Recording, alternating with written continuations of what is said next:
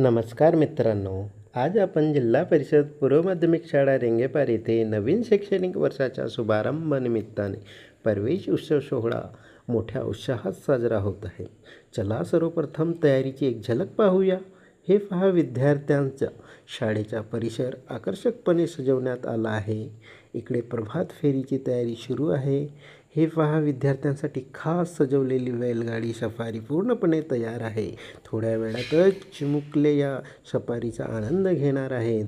आपण आता थोड्या वेळात प्रभात फेरी इथून निघणार आहे.